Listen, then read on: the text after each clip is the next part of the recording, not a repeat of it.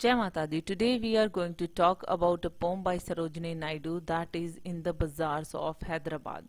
That means Hyderabad के bazaars की बात हो रही है जो कि सरोजनी नायडू जी वहाँ से बिलोंग करती थी हैदराबाद से. दैट्स वाई उन्होंने यहाँ पर जो हैदराबाद के बाजार्स हैं उनको बहुत ही ब्यूटीफुली बताया गया है.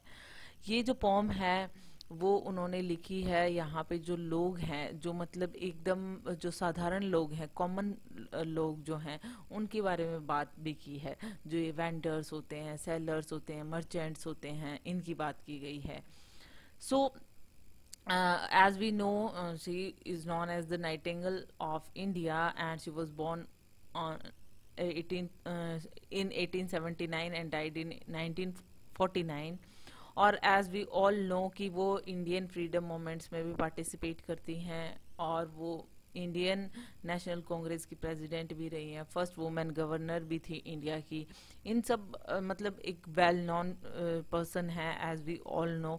और वो स्वदेशी मूवमेंट की यहाँ पे बात कर रही हैं. दैट मीन्स कि यहाँ पे जो यूरोपियन मार्केट हैं या फिर जो भी चीज़ें जो बाहर से आती हैं उनकी बजाय जो बाजार ऑफ हैदराबाद में उन्होंने जो भी चीज़ें बताई हुई हैं कि यहाँ पे सारी चीज़ें मिल रही हैं, तो उनको वो बता रही हैं कि यहाँ पे सारी चीज़ें हमारे यहाँ पे हैदराबाद के मार्केट में अवेलेबल हैं.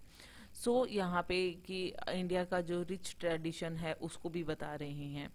साथ ही साथ में कि वो इस पोम में इस तरीके से बात करेंगे कि हर पैराग्राफ यहाँ पे स्टेंजा हैं, ये 5 स्टेंजा हैं इस पोम के. और हर स्टेंजा में पहले जो वो क्वेश्चन करेंगे जो भी वेंडर हैं, सेलर हैं, मर्चेंट हैं, म्यूजिशियन हैं, जो भी हैं उनसे क्वेश्चन करेंगे और फिर वो आंसर देंगे कि वो क्या बेच रहे हैं. इस तरीके से क्वेश्चन और आंसर के फॉर्म में ये जो पोम है वो चलेगी. और देखते हैं हम, इसमें बहुत ही अच्छी पोम है, 5 स्टेंजा की पोम है. तो शुरू करते हैं इसकी समरी.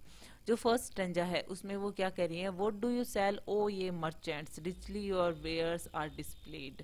दैट मीन्स वो मर्चेंट से पूछ रही हैं कि तुम मर्चेंट्स तुम क्या बेच रहे हो, और जो तुम्हारे जो भी चीज़ें हैं, जो भी यहाँ पे जो तुम चीज़ें बेच रहे हो, ये जो डिस्प्ले किया हुआ है ये बहुत ही अट्रैक्टिव मैनर में तुमने वो डिस्प्ले कर रखा है.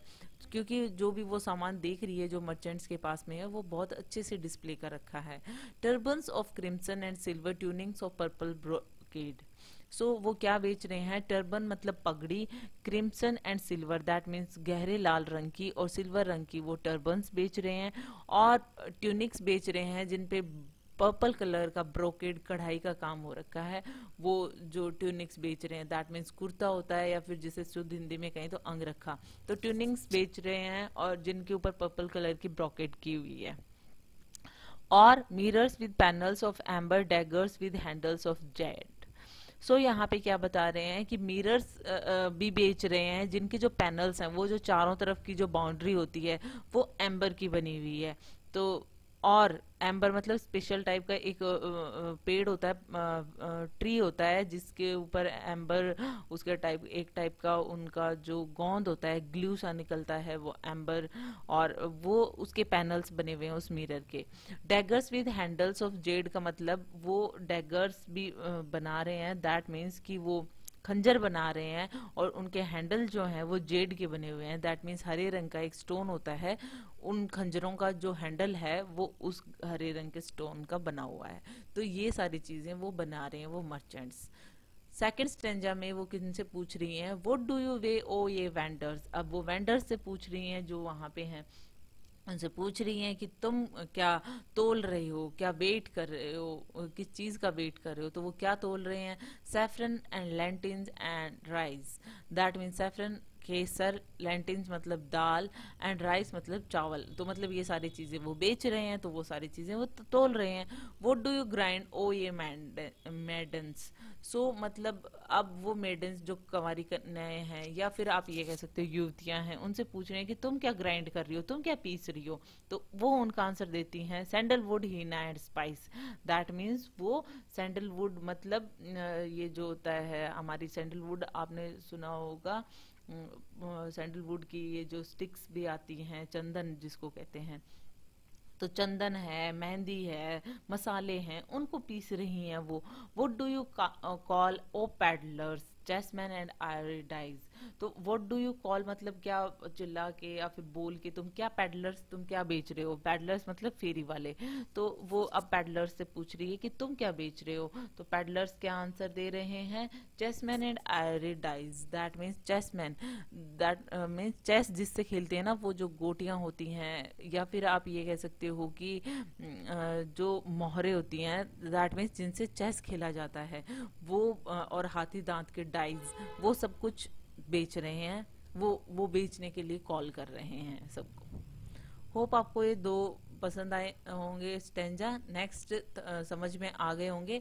अब थर्ड स्टेंजा की बात कर लेते हैं। व्हाट डू यू मेक ओ ये gold Smiths, wristlets and anklets and ring, that means अब वो पूछ रही हैं कि तुम क्या बना रहे हो। गोल्ड स्मिथ मतलब सुनार, अब सुनार से पूछ रही हैं कि तुम क्या बना रहे हो। तो सुनार कह रहे हैं ब्रिस्टलेट मतलब जो चीज कलाई में पहनी जाती है, तो कलाई की चीजें बना रहे हैं।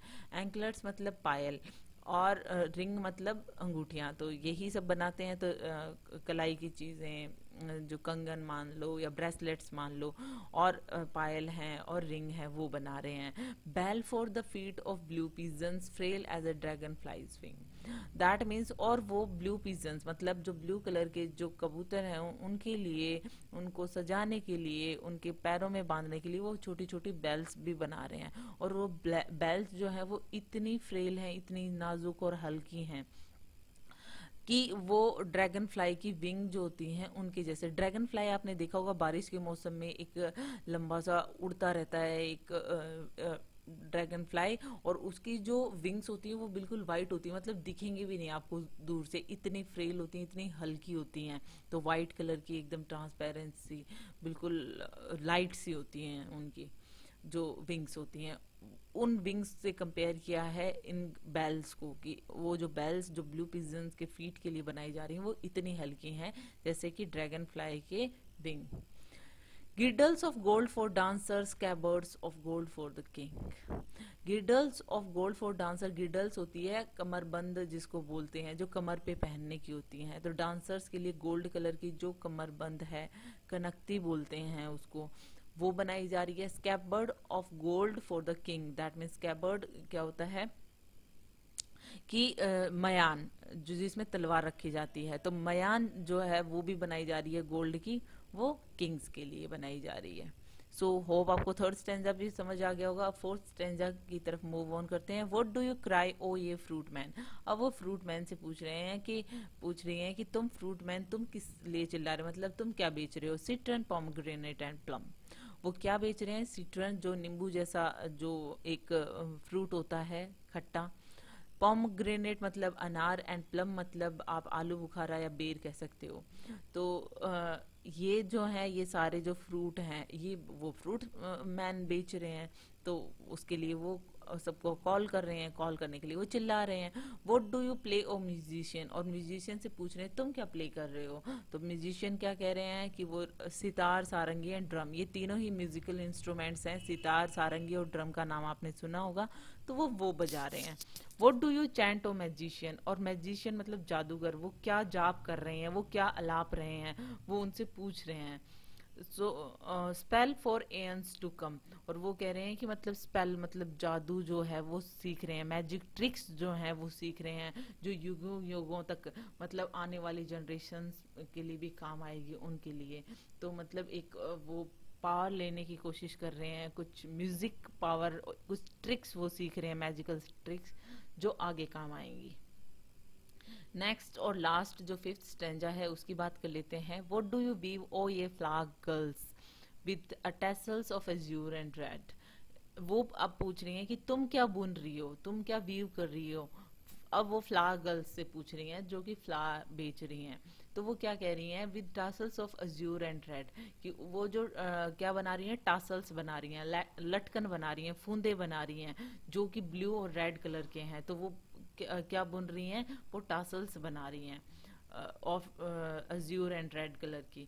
Crowns for the brow of bridegroom, chaplets to garland his bed, और वो और क्या बना रही हैं, वो दूल्हे के ब्रो के लिए मतलब माथे के लिए क्राउन्स बना रही हैं, दैट मीन्स सेहरा बना रही हैं। और chaplets to garland his bed, chaplets का मतलब होता है कि फूलों का हार या जो लड़ियां होती हैं उनको कहते हैं फूलों की लड़ियां।